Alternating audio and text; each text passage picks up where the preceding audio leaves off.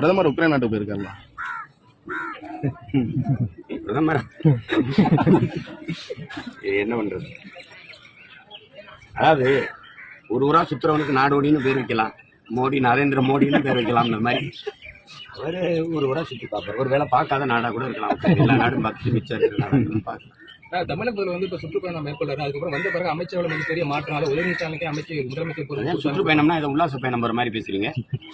அப்படிலாம் மரியாதைக்குறையா பேசாதீங்க. அவர் முதலீட்டாளர்களை ஈர்க்க போறார். இதுவரைக்கும் பல லட்சக்கணக்கான முதலீட்டாளர்களை கொண்டு வந்துட்டாங்க. எப்படிப்பட்ட பொய்ய சொல்றாரு பாருங்க தம்பி ராஜா. டிஆர்பி ராஜாவும் முதலமைச்சரும் 10 லட்சம் கோடி முதலீடு வந்து 31 லட்சம் பேருக்கு வேலை கொடுத்துட்டதா பேசுறாங்க. 2 பேருக்கு நீங்க வாங்க, அந்த நான் தகவல் அறிவு சட்டத்தில் கேட்டிருக்கேன். உண்மையிலேயே நடந்திருக்காங்க. இல்லைன்னா நான் வழக்கு போடுவேன் 2 பேரும் மேலே.